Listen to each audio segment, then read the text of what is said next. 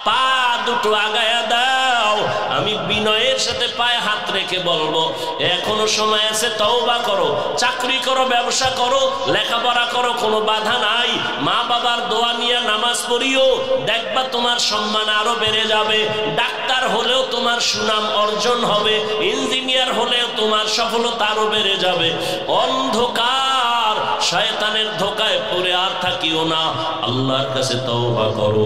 যাদের অন্তর তৈরি হয়ে গেল, মরিয়া গেল, আর নবীর লাইনের বাইরে যাব না, মা বাবার বরদোয়া নিব না, শিক্ষকের বরদোয়া নিব না, উলামায়ে কেরামের পরামর্শ নিয়া সুন্দরভাবে জীবন যাপন করব, 5 বেলার নামাজ পড়ব। তওবা করার মতো যদি কারো অন্তর তৈরি হয়, মুনাফিকি না থাকে, খাঁটি তওবার নিয়ত যাদের আছে, দুটো হাত আমার আল্লাহকে দেখাইয়া দাও। আয় আল্লাহ, হাতগুলো কবুল করেন, তওবা কবুল করে নেন, আমাদের তওবার উপরে মজবুত হইয়া চলার তৌফিক দান করেন, আমিন। আয় আল্লাহ, তওবার নিয়ত করেছি, আর নামাজ ছাড়বো না, আর দাড়ি কাটবো না, বেপরদায় চলবো না, মা বাবার সাথে বেয়াদবি করবো না, উলামায়ে কেরামের দোয়া নিয়া, শিক্ষকের দোয়া নিয়া, নবীজির তরিকা মেনে চলবো। ও আল্লাহ, আমাদের তওবা কবুল করে নেন, তওবার উপরে মজবুত হয়ে চলার তৌফিক দান করেন। ওয়ামা খালাকতুল জিন্না ওয়াল ইনসা ইল্লা লিয়াবুদুন। আল্লাহ বলেন, আমি মানুষ ও জিনকে সৃষ্টি করি নাই, হ্যাঁ, একমাত্র সৃষ্টি করার একমাত্রই কারণ হলো ইবাদত। অধিকাংশ মুফাসসিরিনে কেরাম লিয়াবুদুনের ব্যাখ্যায় লিখেছেন আয় লিয়ারিফুন।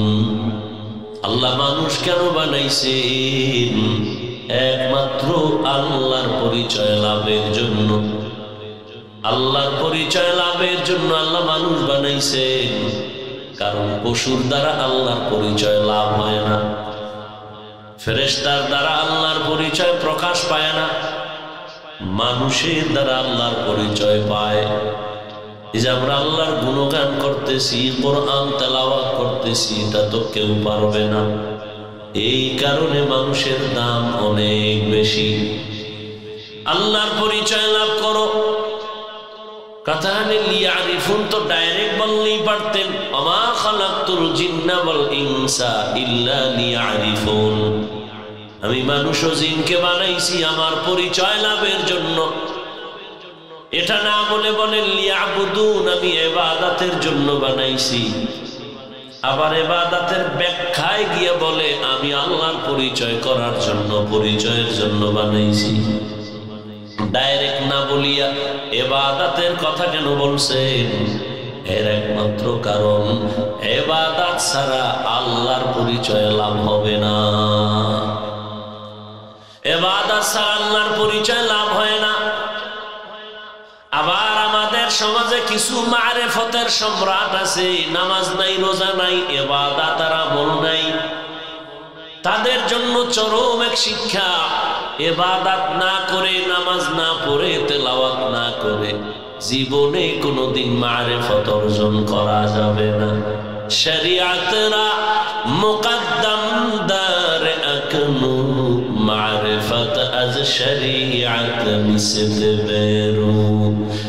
शरीयत हो तरीक़त हो तमामी, हकीकत में मुहम्मद की गुलामी। এখানে যত মানুষ আপনারা আছেন, আমাদের থেকে বয়ান আপনারা কিন্তু 1 ইঞ্চিও কম জানেন না। মাইকলে একটা টান দিবেন, ওয়াজ হয়ে যায়। আমরা কিন্তু এই মুখস্থ বয়ানগুলোই করতেছি। এরপর আপনারা মাঝে মাঝে বলেন আমরা কিছুই জানি না। আবার বাহাদুরির যখন সুযোগ পান তখন বলেন হুজুরেরা কি জানে। যখন নিজের একটু বড় মনে করার সুযোগ পায় তখন বলে হুজুরেরা কি জানে। আর যখন অন্যায় কইরা ধরা খায় তখন না যাই না করছে। মিথ্যা কথা বলা হারাম, গালি দেওয়া হারাম, গীবত করা হারাম, চুরি করা হারাম, ডাকাতি হারাম, অন্যের হক নষ্ট করা হারাম, নাচ দেখা হারাম, গান শোনা হারাম, চুরি হারাম, ডাকাতি হারাম, মানুষ হত্যা করা হারাম, মানুষের উপরে জুলুম করা হারাম, মা বাবার সাথে বেয়াদবি হারাম। বলেন আপনারা কি জানেন না? পাঁচ বেলার নামাজ পড়া ফরজ, ধনীরা বছরে একবার যাকাত দিবে ফরজ, ধনী মানুষ জীবনে একবার বাইতুল্লাহ জিয়ারত করবে ফরজ। কি জানেন না? সবই তো জানেন। জানার পরেও কেন আমল নাই? এই আমলের জন্যই শুধু বয়ান আর বয়ান আর বয়ান। এজন্যই তো আমার আল্লাহ কোরআনে হাকিমের মধ্যে ৬৬৬৬ আয়াতের মধ্যে মাত্র ৫০০ আয়াতে আল্লাহ বিধান দিয়েছেন। কত আয়াত? ৫০০ আয়াতে আল্লাহ বিধান দিয়েছেন। এবার বলেন বাকি রইল কত আয়াত? হুঁশ নেই। ৬০০০-এর উপরে আয়াত। এই সব আয়াতে ওয়াজ ওয়াজ ওয়াজ। ৫০০ আয়াতে বিধান, বাকি আয়াতে সব ওয়াজ। বিধান কাকে বলে? মানুষের জীবনে কোনটা হালাল, কোনটা হারাম, কোনটা জায়েজ, কোনটা না জায়েজ, কোনটা বৈধ, কোনটা অবৈধ, এর বিবরণের নাম বিধান। আর আল্লাহর বিধান মানলে কি লাভ, না মানলে কি ক্ষতি, তার বিবরণের নাম ওয়াজ। এই ওয়াজের আয়াত ৬০০০-এর উপরে। আল্লাহর বিধান মানার জন্যই তো বয়ান আর ওয়াজ। কেন মানুষের কানে ধরে দিনের দিকে নেওয়া যাবে না? লা ইকরাহা ফিদ্দীন, জোর করে কাউকে ধর্ম পালন করানো যাবে না। কেউ নামাজ পড়বে না, তারে কানে ধইরা যদি বলি নামাজে দাঁড়া, ওই ধরায় কোনো সওয়াব হবে না। একজনের রোজা রাখবে না, আমি যদি দরজা তালা লাগায় বলি না খাইয়া মইরা যা, রোজা রাখবি সারাদিন, কোনো সওয়াব হবে না। তাহলে কি করা যায়? এই মানুষগুলোকে আল্লাহর বিধান পালনের জন্য বেতের বাড়ি না, বয়ান চালাও, বয়ান ওয়াজ করো। ওয়াজ কয় কেমনে ওয়াজ করো? তাও আল্লাহ কোরআনে বলে দিয়েছেন ৩ পদ্ধতিতে ওয়াজ করো। কিয়ামতের বিবরণের ওয়াজ, আল্লাহর কুদরতের বিবরণের ওয়াজ, অতীতের কেচ্ছা কাহিনী দিয়া ওয়াজ। ৩ পদ্ধতিতে আল্লাহ ৬০০০ আয়াতে ওয়াজ করলেন। অতীতের ইতিহাস, কিয়ামতের বিবরণ, আল্লাহর কুদরতের বিবরণ দিয়া ওয়াজ। এইভাবে আল্লাহ পাক রব্বুল আলামিন ওয়াজ করে মানুষকে দ্বীনের লাইনে দাওয়াতের সিস্টেম বাতায় দিলেন। যে কারণে তাকায় দেখছেন এমন এক সময় মক্কার নগরীতে রহমতের নবী আসছেন, যেই সময় মক্কা নগরীর মানুষ সারা দুনিয়ার মধ্যে চূড়ান্ত বড় খারাপ। মক্কার মানুষের মতো খারাপ আর কোনো মানুষ নাই। পৃথিবীর নিকৃষ্ট চরিত্রহীন লম্পট ছিল মক্কার মানুষ। সেই মানুষগুলোর মাঝে আপনার আমার রহমতের নবী আসছেন। মাত্র 13 বছর নবীর মেহনত চলল। 13 বছরে মক্কার চরিত্রহীন লম্পট মানুষগুলো এত দামি হয়ে গেল। আল্লাহ জিব্রাইল আমিনকে পাঠাইয়া কয় নবীর লিস্টি দিয়া দাও, এই লিস্টিতে যাদের নাম আছে এরা সবাই বিনা হিসাবে জান্নাতি। ইমামুল আউয়ালিন আল আখিরিন বহরে সদকা রহমাতাল লিল আলামিন সাইয়্যিদুল কাউনাইন খাতমুল মুরসালিন আখিরামত বুদে ফখরুল আউয়ালিন সদবজুদাস রহমাতাল লিল আলামিন মসজিদে ও শুদ হামারো ইয়ে জমিন। মাত্র 13 বছরে মক্কার চরিত্রহীন মানুষগুলো জান্নাতি টিকিট হাতে পেয়ে গেলেন। কত ভিড়ে ভিড়ি বেতের বাড়ি লাগছে কোন? রহমতের নবীর সুন্দর আদর্শ, সুন্দর ব্যবহার। ইহুদির সামনে নবী দাঁড়ানো আর কেউ নাই, ইহুদির হাতে তরবারি। ইহুদি কয় আব্দুল্লাহর ছেলে মোহাম্মদ দেখছনি তরবারি? কয় দেখলাম। এখন এখানে তোমার কেউ নাই? বলে নাই। এখন যদি তোমার কল্লা ফালায় দেই কে ফিরাবে? রহমতের নবী বলেন আমার হেফাজত করনেওয়ালা আল্লাহ ফিরাবেন। বলতে না বলতে ইহুদির হাত থেকে তরবারি মাটিতে পড়ে গেল। নবী তরবারি নিয়ে কয় ইহুদি তরবারি কই? কয় আব্দুল্লাহ আবদুল্লাহর ছেলে মুহাম্মদের হাতে এখন যদি তোর কল্লা ফালায় দেই কে ফিরাবে? কে ফিরাবে জানি না, ফিরাবার কেউ নাই। নবী কয় বল আল্লাহ ফিরাবে। ইহুদি কয় আল্লাহ ফিরাবে যদি বলি তাহলে শুধু আল্লাহ এতটুকু কেন বলবো, পুরাটাই বলি, আমারে কালেমা পড়ায় মুসলমান বানায় দাও। রহমতের নবীর আদর্শ কেমন? 63 বছর হায়াত, কোনদিন আমার নবী এই 63 বছর হায়াতে কোনদিন কাউকে একটা গালি দেন নাই, ভুলেও কোন গালি দেন নাই।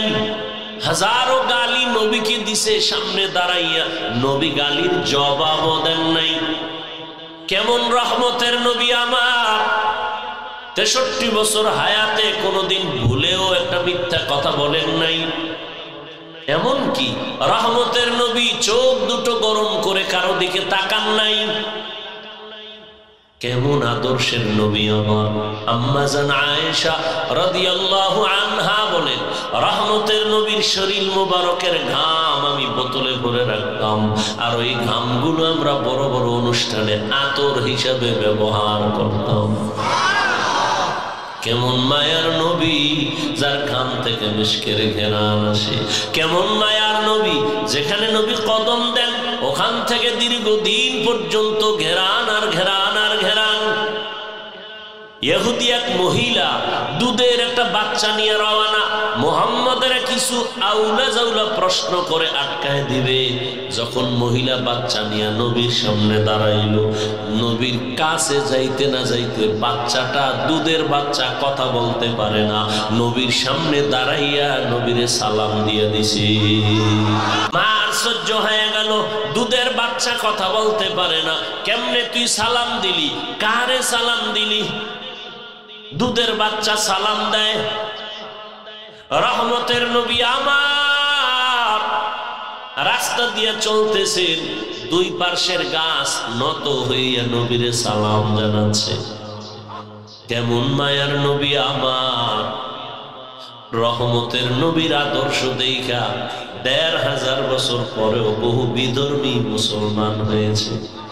কিন্তু কপাল বড় খারাপ, মুসলমানের ঘরে জন্ম নিয়া এত বয়ান, এত বয়ান, এত বয়ান, দাওয়াত তাবলীগ ওয়ালাদের বয়ান, পীর মাশায়েখের বয়ান, জুমার দিন খতিবদের বয়ান, আমাদের বক্তাদের বয়ান, কিন্তু মুসলমানের চোখে পানি আসে না, বরং এতটাই নিমক হারাম গাদ্দার।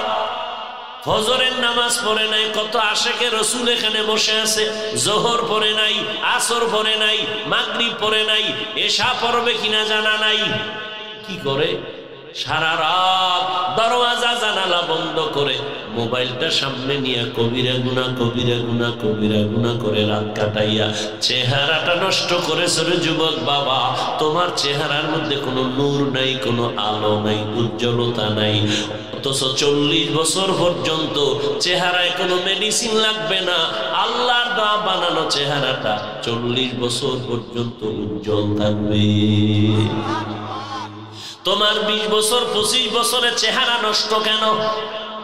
দুনিয়ার কেউ জানে না, আল্লাহ জানেন।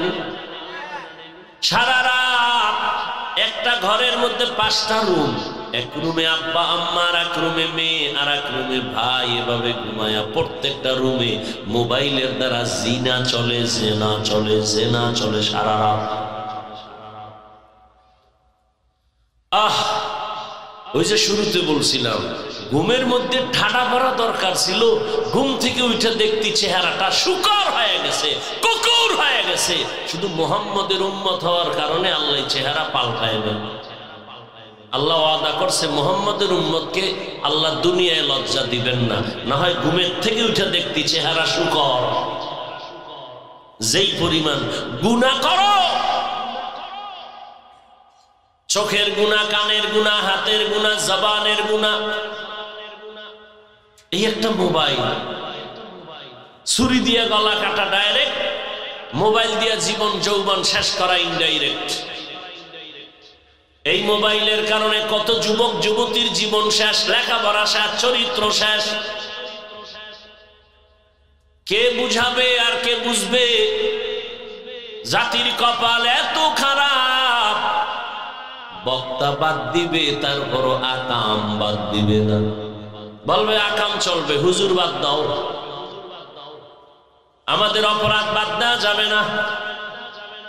এক মোবাইলে শুধু কি চরিত্র নিছে তোর? এই যুবক, এই মোবাইলের কারণে তোর যৌবন নাই, তোর জীবন নাই, তোর কিডনি দুর্বল, হার্ট দুর্বল, মেধা দুর্বল, চোখের পাওয়ার নাই, কানের পাওয়ার নাই। হসপিটালে গিয়ে চেক আপ করো, দেখো কত পার্সেন্ট তোমার কিডনি ড্যামেজ হয়ে গেছে এই মোবাইলের কারণে।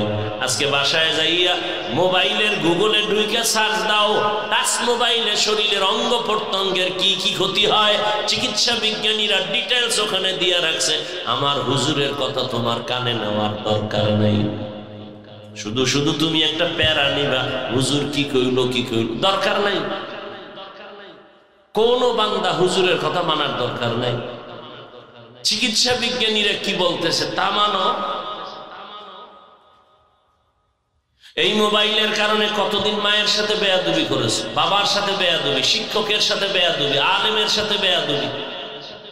এই একটা মোবাইলকে কেন্দ্র করে কতবার মায়ের টাকা চুরি করেছো, বাবার টাকা চুরি করেছো, মা বাবায় না দিলে বন্ধুর পকেট মেরেছো, বন্ধু যদি না দেয় সম্মিলিতভাবে দোকান চুরির ষড়যন্ত্র করেছো।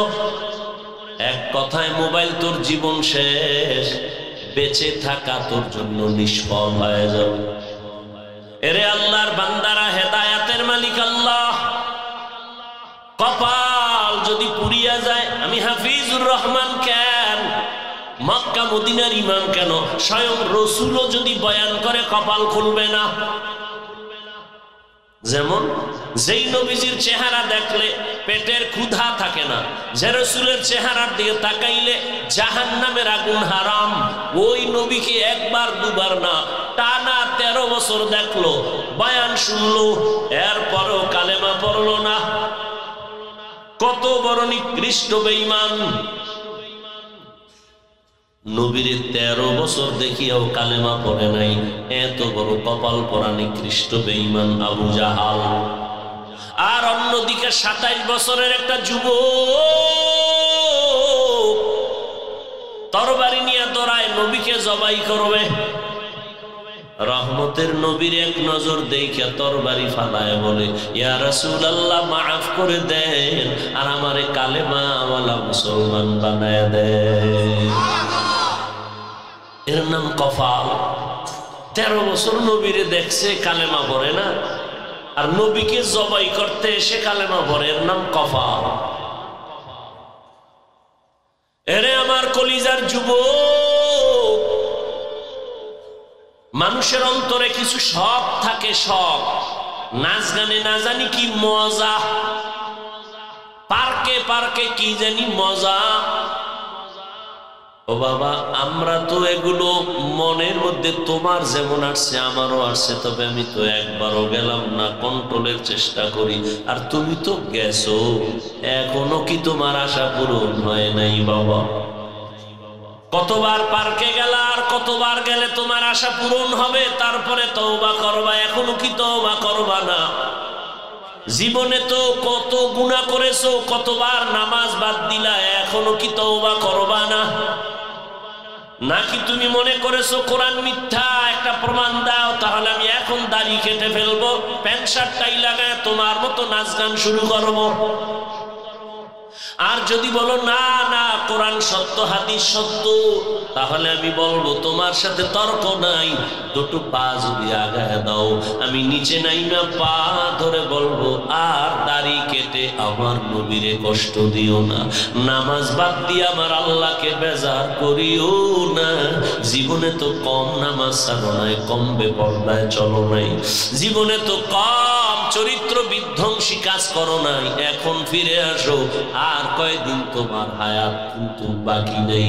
করোনায় যুবকের লাশ, ছাত্র জনতার বৈষম্য বিরোধী আন্দোলনে যুবক তাজা তাজা লাশ, ডেঙ্গুর ভেতরে যুবকের লাশ, গাড়ির নিচে যুবকের লাশ, পানির নিচে যুবকের লাশ, ঘুমের বিছানায় যুবকের লাশ। কয়দিন আর হায়াত সুস্থ আছো বাঁচবা, কোনো গ্যারান্টি নাই। অসুস্থ রোগী বেঁচে আছে, সুস্থ মানুষ জায়গায় মরে গেছে। আগামীকাল এই টাইমে তুমি সুস্থ থাকবা, কোনো গ্যারান্টি নাই।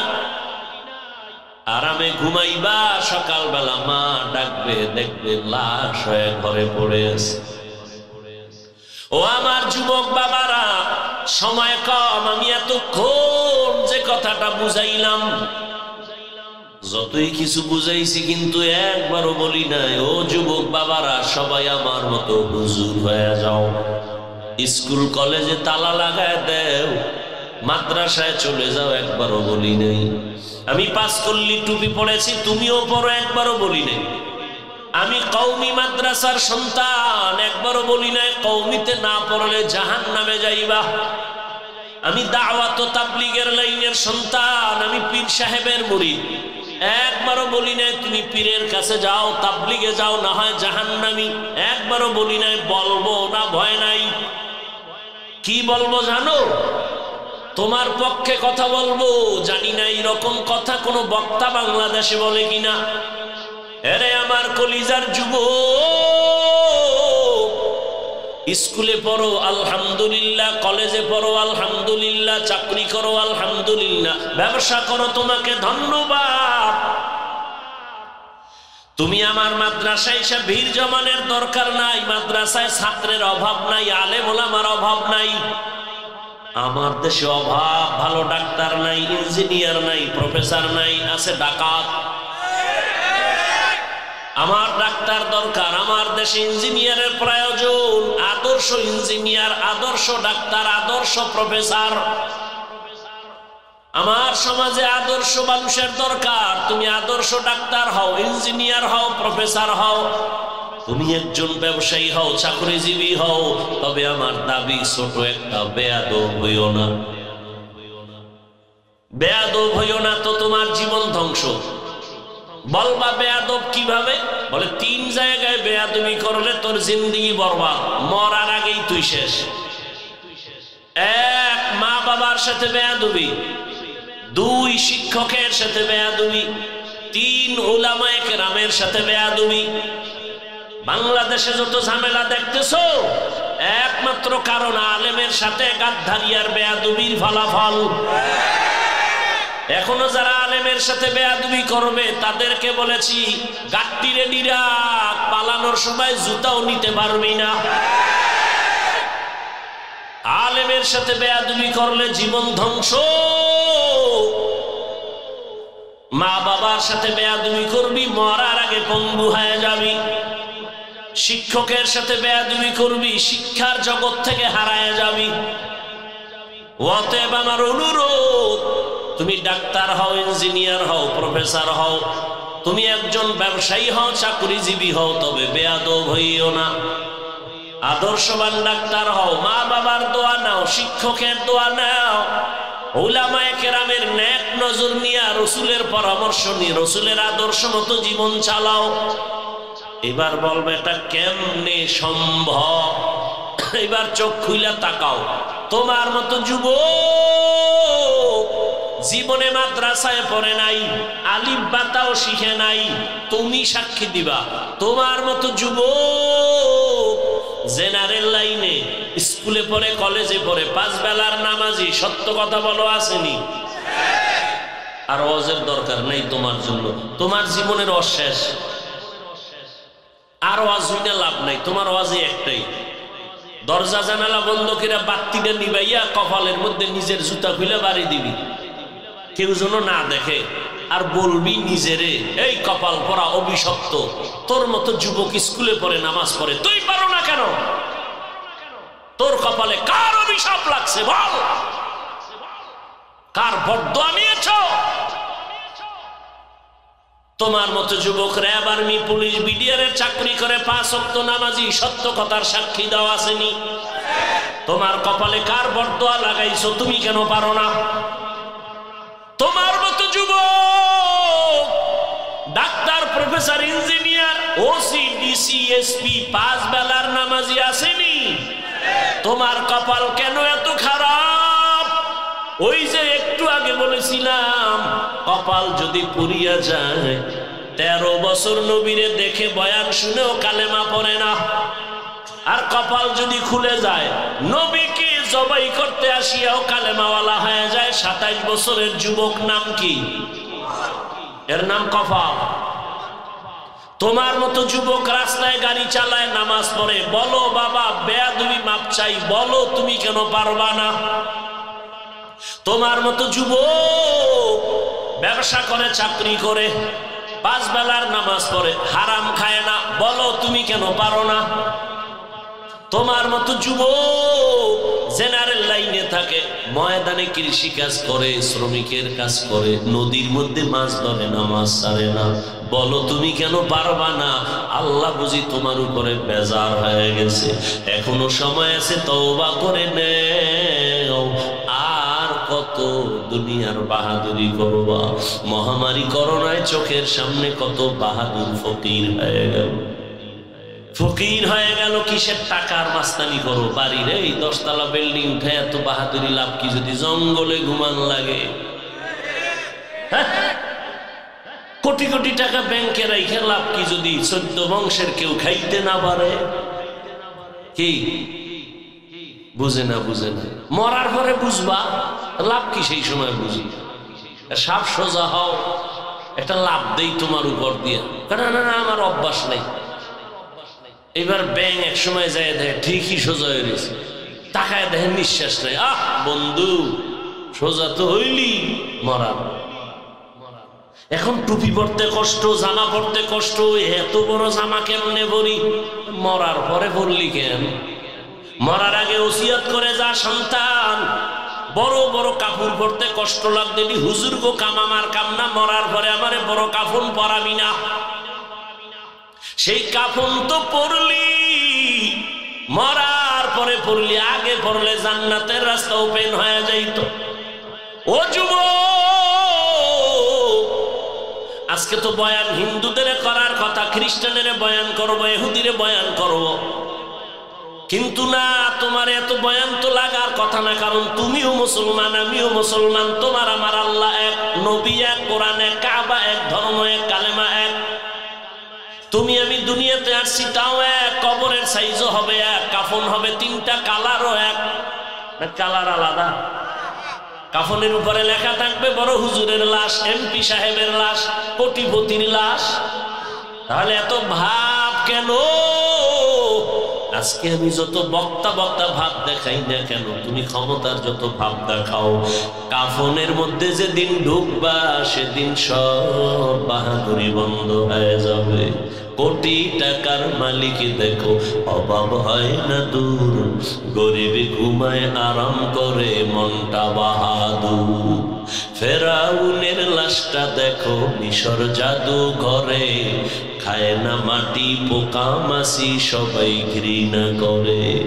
হৃদয়ে থাকিবে যার নম্রতা সদা, রহমত আসিবে সেথা প্রভুর ওয়াদা।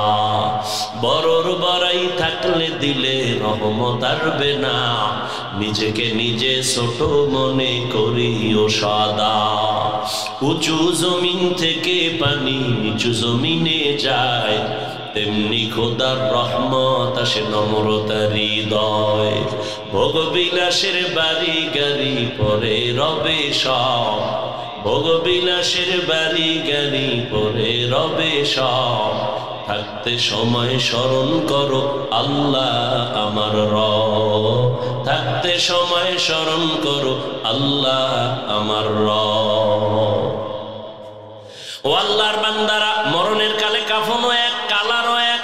আমি বক্তার জন্য একটা কাফন কেউ বাড়াবে না, গরিব রিক্সাওয়ালা মরে গেলে তার কাফন একটা কেউ কমাইয়াও দিবে না। তারও যেমন 3 কাফন, আমারও 3 কাফন, তার কালার আমার কালার এক হয়ে যাবে। কবরের সাইজও এক, কবরে রাখার পরে প্রশ্ন হবে 3টা, তাও এক। আমার প্রশ্ন আপনার প্রশ্ন এক, হুজুরের মুরিদের পীরের যে প্রশ্ন সবার বেলায় এক, কে মুমিন কে মুসলমান, কে ধনী কে গরিব, সবার বেলায় 3 প্রশ্ন। রবের পরিচয় দাও, ধর্মের পরিচয় দাও, রাহমাতুল লিল আলামিনের পরিচয় দাও। নবীজি বলেন যারা জবাব দিবে এই 3 প্রশ্নের, তাদের কবর হবে রাউযাতুম মির রিয়াজিল জান্নাহ। আর যারা জবাব দিতে পারবে না তাদের কবর হবে হুফরাতুম মিন হুফারিন নার। এর কে পারবে? আমি হুজুর না, কোনো গ্যারান্টি নাই। যদি আমি পারার গ্যারান্টি থাকতো, জান্নাতের টিকিট পাইছেন 10 জন সাহাবা, এর মধ্যে প্রথম সারিতে আবু বকর, দ্বিতীয় ওমর, তৃতীয় ওসমান, চতুর্থ হযরত আলী। এদের ইতিহাস পড়িয়া দেখো। রহমতের নবী বলেন, আমি আয়েশার হুজরায় এশার নামাজ পড়ে ঘুমাইলাম। আমি ঘুমাইলে আমার চোখ বন্ধ থাকে, তবে আমার অন্তর ঘুমায় না। হঠাৎ করে আমার আয়েশার হুজরার পাশেই তো মসজিদে নববী, হঠাৎ রাতের গভীরে শুনি কান্নার আওয়াজ। আমার ঘুম ভেঙে গেল। কে গভীর রাতে মসজিদে কান্না করে? আমি ঘুম থেকে উঠলাম। ঘুম থেকে উঠা আমি বের হইলাম। আমি হঠাৎ করে নজর করে দেখি আমার আবু বকর গভীর রাতে নামাজে দাঁড়ায় দাঁড়ায় কান্না করে। আমি নবী দাঁড়ায় রইলাম। আবু বকর নামাজ শেষ করে যখন কমপ্লিট হলো, আমি জিজ্ঞাসা করলাম, ও আবু বকর, নামাজের গভীরে এই রাতে আপনি কেন কান্না করলেন? আবু বকর বলেন, ইয়া রাসূলুল্লাহ, আল্লাহর আদালতে আমি কেমনে দাঁড়াইয়া হিসাব দিব, এই ভয় আমি কান্না করতেছি। দুনিয়ার একজন বিচারকের সামনে দাঁড়াইলে থর থর করে শরীরটা কাঁপে। মালিক, আমার আল্লাহর আদালতে কেমনে দাঁড়াবো, এই ভয় কান্না করি। আবু আল্লাহর নবী বলেন, আবু বকর, আপনারা তো ভয় কেন? আপনার না জান্নাতের টিকিট লাগানো 10 জনের প্রথম আপনি? কয়, ও নবী, আল্লাহ যদি কোনো আমলের কারণে রাগ হয়ে যায়, টিকিট ক্যান্সেল করে দেয়, বলেন ইয়া রাসূলুল্লাহ, আল্লাহর আদালতে তখন আমার উপায় কি হবে? আবু বকরের মতো বান্দা জান্নাতের টিকিট হাতে নিয়ে যদি কান্না করেন, ওমরের মতো বান্দা কান্না করেন, আর ওসমানের মতো বান্দা কান্না করেন, আলীর মতো বান্দা কান্না করেন, তাদের তুলনায় তো আমাদের কোনো ইলম নাই, আমল নাই, নামাজ নাই, রোজা নাই, তাকওয়া নাই, ইখলাস নাই। আমাদের তো গলায় রশি লাগায় সারা জীবন কান্না করা উচিত, অথচ নিজেও কাঁদি না, অন্যে কান্না করে তাও পছন্দ করি না। কত কপাল পরা আমরা। এরে যুবক বাবা, তুমিও মুসলমান, আমিও মুসলমান, তোমার আমার আল্লাহ এক, নবী এক, কালেমা এক, ধর্ম এক, এরপরও কেন তোমাকে বুঝান লাগে? অথচ বুঝানোর পরেও তুমি লাইনে নাই। আমি টুপি খুলতে লজ্জা পাই। তুমি কেমন মুসলমান যে তুমি টুপি মাথায় দিতে লজ্জা পাও? আমি দাড়ি কাটতে লজ্জা পাই। তুমি কেমন মুসলমান যে দাড়ি রাখতে লজ্জা পাও? আমি পর্দা না করলে লজ্জা পাই। তুমি কেমন মুসলমান যে পর্দা করতে গেলে লজ্জা পাও? আমি মসজিদে না ঢুকলে লজ্জা পাই। তুমি কেমন মুসলমান যে মসজিদে ঢুকতে গেলে লজ্জা পাও? আসলে তোমার কপাল না জানি খারাপ। এখনো সময় আছে, ফিরিয়ে আসো। মা বাবার দোয়া নাও, ওলামায়ে কেরামের পরামর্শ, শিক্ষকের দোয়া নিয়ে তওবা করো। মনে মনে আমার আল্লাহকে বলো, হে আল্লাহ, জীবনে তো গুনাহ কম করি নাই, আজকে থেকে তওবার নিয়ত করলাম। ও পর্দার আড়ালের আম্মা জানেরা, বোনেরা, আপনাদের সন্তানদের যা বুঝাইলাম, এগুলো বাস্তবায়নের জন্য আপনাদের দোয়া প্রয়োজন, আপনাদের মেহনত দরকার। এই স্টেজে 3টা ছেলের মাথায় পাগড়ি দিলাম, এরা 3 জন কোরআনের হাফেজ হয়ে গেল। এদের মা বাবার মতো ধন্য মা বাবা কে আছে?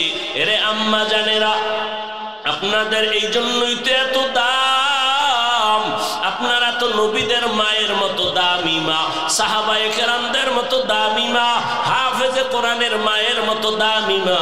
আপনারা তো আয়েশা রাদিয়াল্লাহু আনহার মতো দামি নারী, ফাতেমা রাদিয়াল্লাহু আনহার মতো দামি নারী, খাদিজা রাদিয়াল্লাহু আনহার মতো দামি নারী। আপনারা তো ইসমাঈল নবীর মা হাজরা আলাইহা সালামের মতো দামি নারী। আপনারা তো ঈসা নবীর মা মারিয়াম আলাইহা সালামের মতো দামি নারী। আপনারা তো আল্লাহর দুশমন ফেরাউন, ওর ঘরের স্ত্রীর নাম কি? আসিয়া।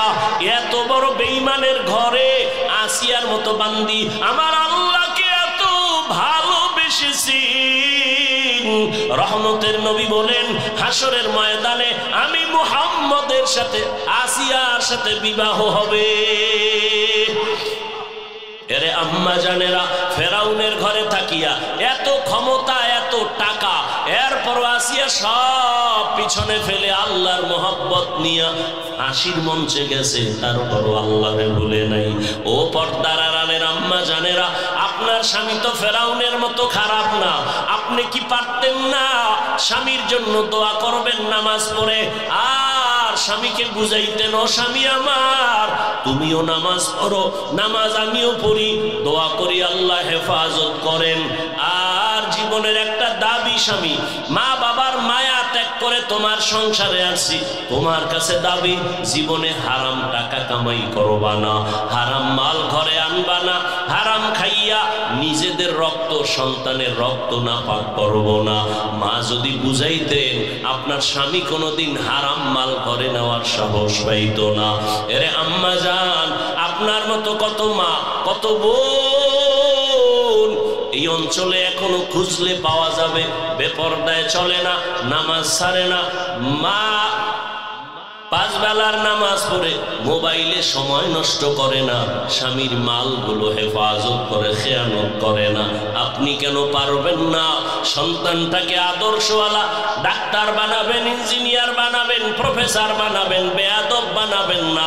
আপনি যদি দোয়া করেন, চেষ্টা করেন, তুই সম্ভব এখন থেকে তৈরি হয়ে যান, একটা সন্তানকে আদর্শ ডাক্তার বানাবে, বেয়াদব যেন না হয়। আর নিজেও পর্দা করেন, নামাজ পড়বেন, স্বামীর মাল হেফাজত করবেন, মোবাইলে সময় নষ্ট করবেন না, আল্লাহর কাছে তওবা করেন। ও যুবক, তুমিও তওবা করো, মরিয়া গেল যাব, আর নামাজ ছাড়বো না, আর কোনোদিন বেপরদায় চলবো না, দাড়ি কাটবো না, মা বাবার বরদোয়া নিব না, শিক্ষকের দোয়া নিয়া, উলামায়ে কেরামের পরামর্শ নিয়া নবীজির তরিকা মেনে চলবো। সবার কপালে তওবা নসিব হবে না, ওই আবু জাহালের মতো না জানি কার কপাল পুড়িয়া যায়। ওরে বান্দা, হাজারো বয়ান শুনিয়া দিল নরম হবে না, বরং আরো বিরোধিতা করতে থাকবে। আর ওমরের মতো যাদের মেজাজ, ওর দিলটা নরম হয়ে যাবে, মরণের কথা ভেবে তওবা করবে, ফজরে মসজিদে হাজির হয়ে যাবে। ও আল্লাহর বান্দারা, ও বৃদ্ধ বাবাজিরা, যুবক বাবারা, এখনো কি তওবার নিয়ত করতে পারবা না? যাদের দিল তৈরি, মরিয়া গেল, হায়াতের মালিক আল্লাহ, ইজ্জতের মালিক আল্লাহ, রিজিকের মালিক আল্লাহ, আর নামাজ ছাড়বা না, বেপরদায় চলবা না, মা বাবার সাথে বেয়াদবি করবা না, নবীর তরিকা মেনে চলবা, নামাজ 5 ওয়াক্ত পড়বা। ঢাকা কলেজে যাও, জাহাঙ্গীরনগরে গিয়ে দেখো, তোমার মতো কলেজের ছেলে, কিন্তু অবস্থা অন্যরকম, মাথায় পাগড়ি লাগানো, বড় দাড়ি, বড় জামা, পিছন দিক থেকে তাকাইলে মনে হয় যেন এই ছেলেটা কোনো মসজিদের খতিব। এই যুবক, তুমি কোন মসজিদের খতিব? আস্তাগফিরুল্লাহ, আমি আরবি পড়তে পারি না। তা কি করো তুমি? বলে আমি ঢাকা কলেজে পড়ি। তোমার মাথায় পাগড়ি কেন? দাড়ি এত বড় কেন? এত বড় জামা কেন? বলে মা বাবার দোয়া আর আল্লাহ, প্রিয় বান্দা, উলামায়ে কেরামের নেক নজর দোয়া নিয়ে লাগায় দিছি, এই কারণে পরিবর্তন। এই মিথ্যা বলতেছি? তোর কপাল কেন খারাপ? পা দুটো আগায়া দাও। আমি বিনয়ের সাথে পায়ে হাত রেখে বলবো, এখনো সময় আছে, তওবা করো, চাকরি করো, ব্যবসা করো, লেখাপড়া করো, কোনো বাধা নাই। মা বাবার দোয়া নিয়ে নামাজ পড়িও, দেখবা তোমার সম্মান আরো বেড়ে যাবে। ডাক্তার হলেও তোমার সুনাম অর্জন হবে, ইঞ্জিনিয়ার হলেও তোমার সফলতা আরো বেড়ে যাবে। অন্ধকার শয়তানের ধোকায় পড়ে আর থাকিও না, আল্লাহর কাছে তওবা করো। যাদের অন্তর তৈরি হয়ে গেল, মরিয়া গেল, আর নবীর লাইনের বাইরে যাব না, মা বাবার বরদোয়া নিব না, শিক্ষকের বরদোয়া নিব না, উলামায়ে কেরামের পরামর্শ নিয়া সুন্দরভাবে জীবন যাপন করব, 5 বেলার নামাজ পড়ব। তওবা করার মতো যদি কারো অন্তর তৈরি হয়, মুনাফিকি না থাকে, খাঁটি তওবার নিয়ত যাদের আছে, দুটো হাত আমার আল্লাহকে দেখাইয়া দাও। আয় আল্লাহ, হাতগুলো কবুল করেন, তওবা কবুল করে নেন, আমাদের তওবার উপরে মজবুত হইয়া চলার তৌফিক দান করেন, আমিন।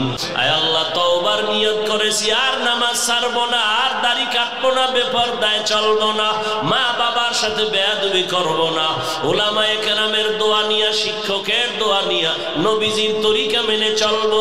ও আল্লাহ আমাদের তওবা কবুল করে নেন, তওবার উপরে মজবুত হয়ে চলার তৌফিক দান করেন। আয় আল্লাহ মাহফিল কবুল করে নেন, আয়োজনকারী, সহযোগিতাকারী, দান সত্তাকারীদের কবুল করে নেন। বোনদের আবেদা পর্দাওয়ালা বানায় দেন, সন্তানগুলো নেককার বানায় দেন, মা বাবার ইজ্জতের কারণ বানায় দেন। কোন সন্তানের দ্বারা মা বাবার সম্মান যেন নষ্ট না হয়, প্রত্যেক সন্তানের মাধ্যমে মা বাবার সম্মান বাড়ায় দেন। আদর্শ সন্তানের মা বাবা বানায় দেন, আদোওয়ালা জিন্দেগি দান করেন।